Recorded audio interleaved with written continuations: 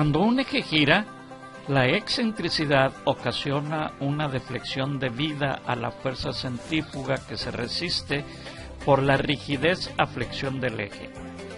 Cuando las deflexiones son pequeñas no se ocasiona ningún daño. Sin embargo, a ciertas velocidades el eje es inestable y las deflexiones se incrementan sin un límite superior. En este video veremos dos ejemplos de cómo calcular las velocidades críticas. Ejemplo 1. El eje mostrado en la figura soporta un engrane M1 cuyo peso es de 50 libras y un volante M2 cuyo peso es de 100 libras. Se ha encontrado que las deformaciones estáticas delta 1 y delta 2 son de 0.0012 pulgadas y 0.0003 pulgadas respectivamente. ¿Cuál es la velocidad crítica ignorando la masa del propio eje? Tenemos los datos de masa y de las deformaciones. La ecuación de Rayleigh-Ritz es la siguiente. Entonces vamos a calcular la sumatoria del peso por las deformaciones y nos da que 50 por .0012 más 100 por .003 nos da este resultado. Y también tenemos que sacar la sumatoria de los pesos por las deformaciones al cuadrado, con lo cual obtenemos 81 por 10 a la menos 6 libras pulgada cuadrada. Ahora debemos calcular la velocidad crítica, para lo cual sacamos la raíz cuadrada de la gravedad multiplicada por la sumatoria de los pesos por las deformaciones entre la sumatoria de los pesos de las deformaciones al cuadrado y obtenemos un resultado de 654.89 radianes por segundo, que sería lo mismo a 6.254 RPM, donde se estaría ocasionando la velocidad crítica. Ejemplo 2.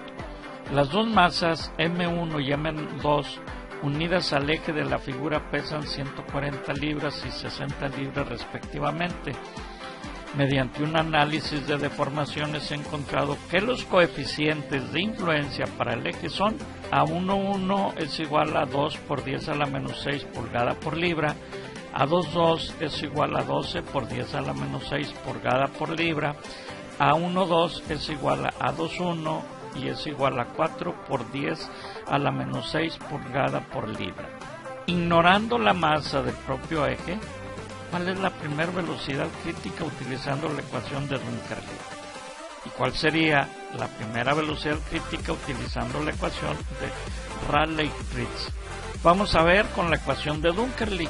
Entonces tenemos los datos de los pesos, los coeficientes de influencia, y aquí está la ecuación de Dunkerley. Aquí lo que tenemos que sacar la velocidad crítica de la masa 1 y la velocidad crítica de la masa 2 por separado, para lo cual vamos a utilizar la ecuación de la raíz cuadrada de la gravedad entre las deformaciones, que va a ser lo mismo que la raíz cuadrada de la gravedad entre el peso por los coeficientes de influencia. Entonces, la velocidad crítica de la masa 1 o del peso 1 nos da este resultado, 1174 radianes por segundo. La velocidad crítica de la masa 2 nos da 732 radianes por segundo. Una vez que tenemos esto, lo elevamos al cuadrado y el inverso de la velocidad crítica total elevada al cuadrado va a ser el inverso de la velocidad crítica 1 elevada al cuadrado más el inverso de la velocidad crítica 2 elevado al cuadrado, y tenemos estos resultados. Resolviendo obtenemos que la velocidad crítica con la ecuación de Dunkerley obtenemos 621 radianes sobre segundo al cuadrado. Si utilizamos la ecuación de Rayleigh-Ritz es la siguiente.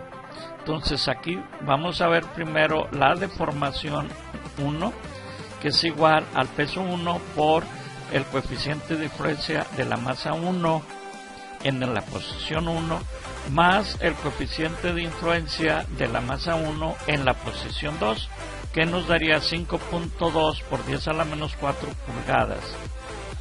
El coeficiente 2 sería el peso 2 por el coeficiente de influencia de la masa 2 en el lugar 2, más el peso 1 por el coeficiente de influencia de la masa 2 en el lugar 1. Con este obtenemos un resultado de 12.8 por 10 a la menos 4 pulgadas. Ahora sí, vamos a sacar la sumatoria de las deformaciones por el peso y obtenemos que para la masa 1 tenemos este resultado, para la masa 2 tenemos el siguiente resultado. La sumatoria sería 14.96 por 10 a la menos 2. Ahora tenemos que sacar la sumatoria del peso por la deformación al cuadrado. Entonces, para la masa 1 tenemos 37.9 por 10 a la menos 6. Para la masa 2, 98.3 por 10 a la menos 6, y esto nos da 136.2 por 10 a la menos 6. Ya con esto lo ponemos en la ecuación, pero agregando la gravedad en el numerador, y obtenemos una velocidad crítica de 651 radianes sobre segundo, contra la anterior que nos daba 621 radianes por segundo. Vemos que con una ecuación es diferente, tanto con la ecuación de Rayleigh-Ritz como con la de Dunkerley no nos da el mismo resultado. Está cercano, pero no es el mismo. Entonces tenemos que ver dónde estaría la velocidad crítica o cuidar un rango para no tener algún problema.